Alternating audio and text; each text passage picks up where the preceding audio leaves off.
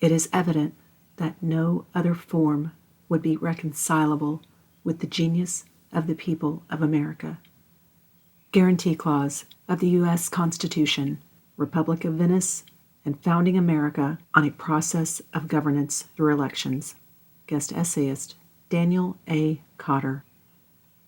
America's founders and Constitution framers, who gathered in Philadelphia in 1787, 235 years ago this May, did not arrive without examples of what worked and what did not work in past empires or republics.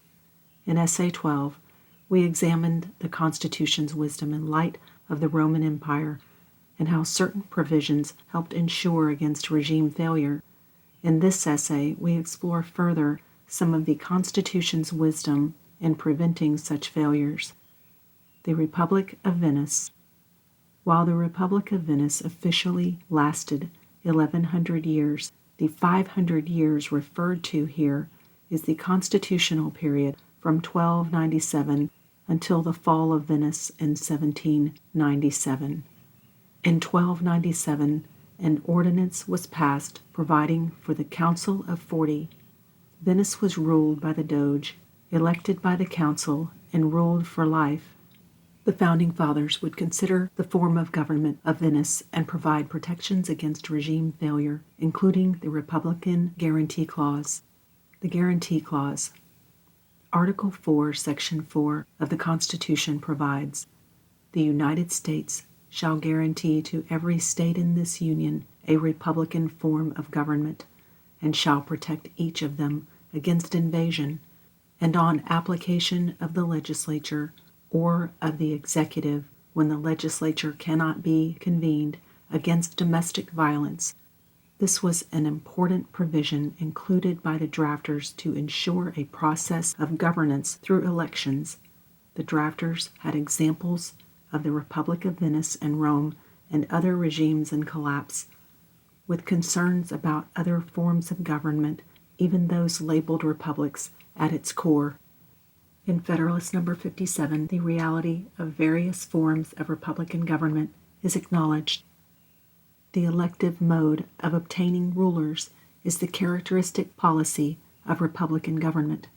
The means relied on in this form of government for preventing their degeneracy are numerous and various. The most effectual one is such a limitation of the term of appointments as will maintain a proper responsibility to the people.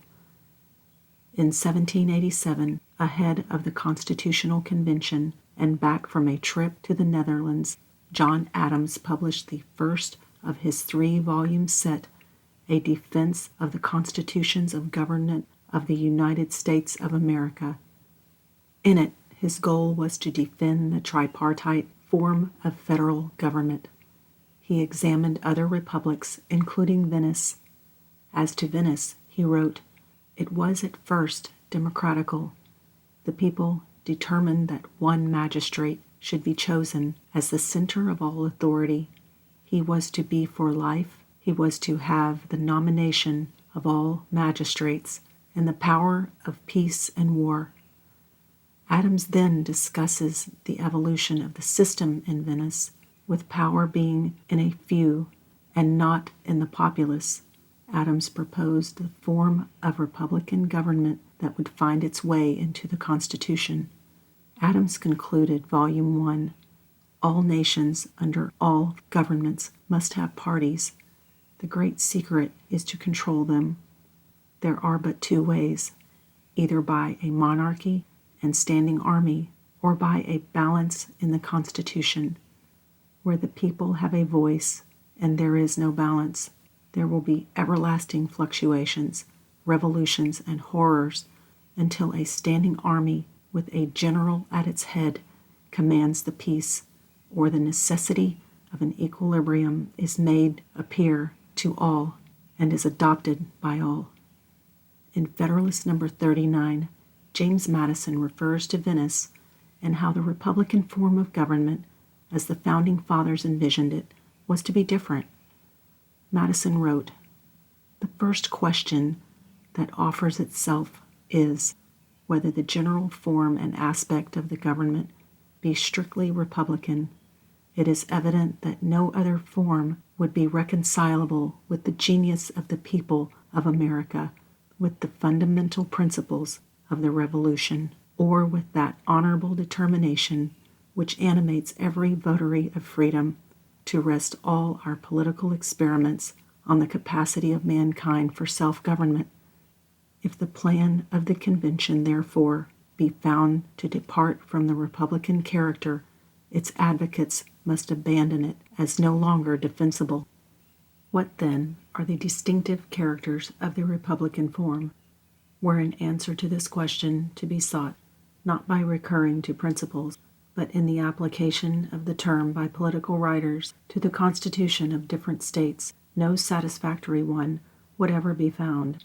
Holland has passed almost universally under the denomination of a republic. The same title has been bestowed on Venice, where absolute power over the great body of the people is exercised in the most absolute manner by a small body of hereditary nobles. These examples, which are nearly as dissimilar to each other as to a genuine republic, show the extreme inaccuracy with which the term has been used in political disquisitions.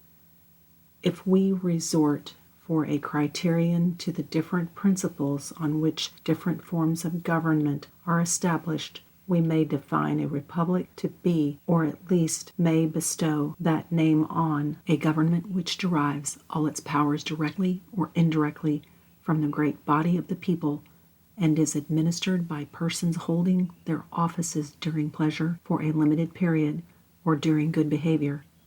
It is essential to such a government that it be derived from the great body of the society, not from an inconsiderable proportion or a favored class of it.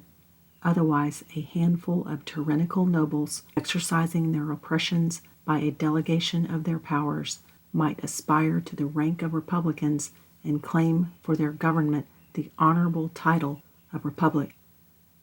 With the guarantee clause, majority rule is the way, and each state must have an electoral process in place to prevent the usurpation of power by the monarchical actor such as the Doge. It is an important safeguard put in the Constitution by the founders.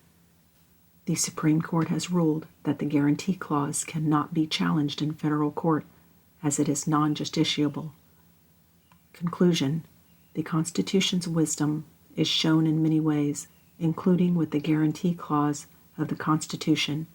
The careful drafting in 1787 has helped to ensure American exceptionalism once again.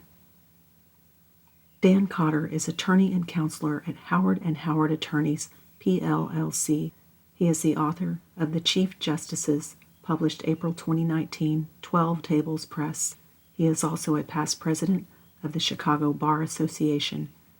The article contains his opinions and is not to be attributed to anyone else.